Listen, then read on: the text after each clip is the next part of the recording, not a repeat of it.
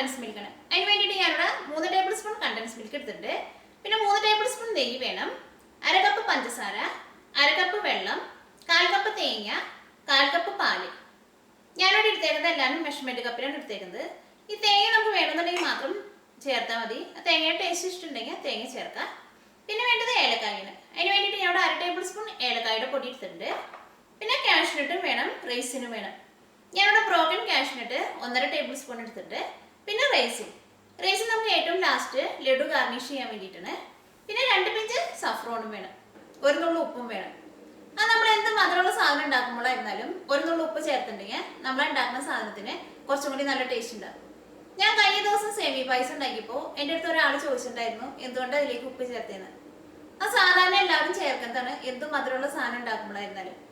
നമുക്ക് നോക്കാം ഇനി റവ ലഡു ആക്കാന്ന്. ഇനി നമുക്ക് റവ ലഡു ഉണ്ടാക്കാൻ വേണ്ടിയിട്ട് ഏറ്റവും ആദ്യം കാഷ്നട്ടും കിസ്മിസും ഒന്ന് വറുത്തെടുക്കുക. അതിന് വേണ്ടി നെയ്യ് ചേർക്കാം. ഈ സെയിം നെയ്യിൽ തന്നെയാണ് നമ്മൾ റവയെ നമ്മൾ വറുത്തെടുക്കുക. ഈ ചൂടായ നെയ്യിലേക്ക് കാഷ്നട്ട് ഇടാം.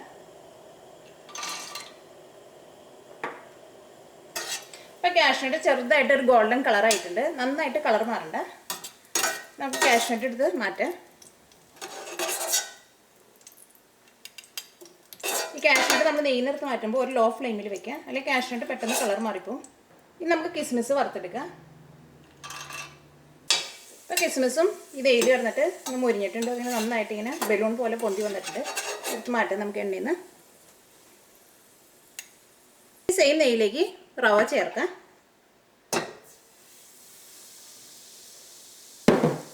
ഇപ്പോൾ റവ നന്നായിട്ട് ചൂടായിട്ടുണ്ട്. റവ നന്നായിട്ട് ചൂടായിട്ട് നല്ലൊരു ഗോൾഡൻ ബ്രൗൺ ആവരുത്. ഈ റവ എടുത്തിട്ട് നമുക്ക് വേറൊരു പ്ലേറ്റിലേക്ക് മാറ്റാം. ഇപ്പോൾ റവ വറുത്തെടുത്തത് റെഡി ആയിട്ടുണ്ട്. ഇനി നമുക്ക് റവ ലഡു ഉണ്ടാക്കാനുള്ള പഞ്ചസാരയുടെ പാനി ഉണ്ടാക്കാം. ഈ പഞ്ചസാര പാനി ഉണ്ടാക്കാൻ വേണ്ടിയിട്ട് ഈ സെയിം പാനിലേക്ക് തന്നെ പഞ്ചസാര ചേർക്കാം. ഇതിലേക്ക് വെള്ളം ചേർക്കാം.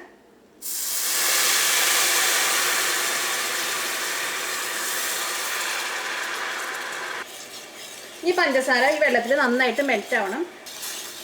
ഈ പഞ്ചസാര നന്നായിട്ട് മെൽറ്റ് ആയിട്ടുണ്ട്. ഇതിലേക്ക് നമുക്ക് 2 നുള്ളു സഫ്രോൺ ചേർക്കാം.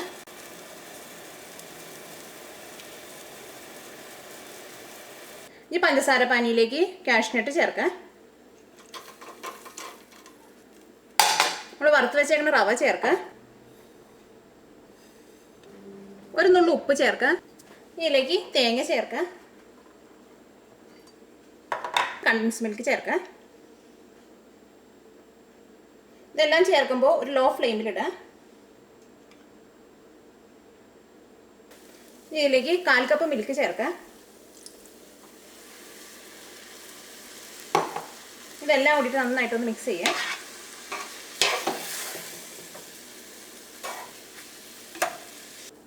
ഇതെല്ലാം കൂടിയിട്ട് നന്നായിട്ട് മിക്സ് ആയിട്ടുണ്ട്. ഇനി നമുക്ക് തീ ഓഫ് ചെയ്യാം. ഇത് പതുക്കൊന്ന് ചൂടാറി കഴിഞ്ഞിട്ട് വേണം ഇത് നമുക്ക് ലഡുവിൻ്റെ ഷേപ്പിൽ ഉരുട്ടിയെടുക്കാൻ വേണ്ടിയിട്ട്. ഇത് നമുക്ക് ചൂടാറാൻ വേണ്ടിയിട്ട് വെയിറ്റ് ചെയ്യാം. ഇപ്പോൾ മിക്സ് ചെറുതായിട്ട് ചൂടാറിയിട്ടുണ്ട്. ഇത് നന്നായിട്ട് ചൂടാറി പോകുന്നതിന് മുമ്പ് ഇത് നമ്മൾ ലഡുവിൻ്റെ ഷേപ്പിൽ ഇത് ഉരുട്ടിയെടുക്കണം. നമുക്കൊന്നുകൂടി നന്നായിട്ടൊന്ന് കുഴച്ചെടുക്കുക. അത് കഴിഞ്ഞിട്ട് ഇതിനകത്തുനിന്ന് ഓരോ ചെറിയ ഉരുളി എടുത്തിട്ട് ലഡുവിൻ്റെ ഷേപ്പിൽ നമുക്ക് ഉരുട്ടിയെടുക്കുക. ഇനി ഇതിനകത്തുനിന്ന് ഓരോ ചെറിയ ഉരുളി എടുത്തിട്ട് നമുക്ക് ഇഷ്ടമുള്ള ഷേപ്പിൽ ഇത് ഉരുട്ടിയെടുക്കുക.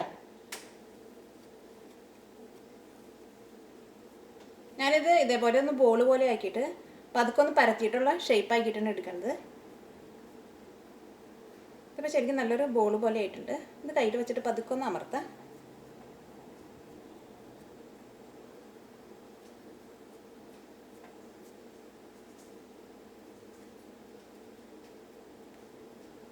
ഇതിന് സെൻറ്ററിലായിട്ട് നമ്മൾ വറുത്ത് വെച്ചേക്കണം കിസ്മിസ് വെക്കാം. കിസ്മിസ് വെച്ചിട്ട് പതുക്കൊന്ന് അമർത്തി കൊടുക്കാം. ഇതേപോലെ നമുക്ക് എല്ലാവരും ഇങ്ങനെ പരത്തിയെടുക്കാം.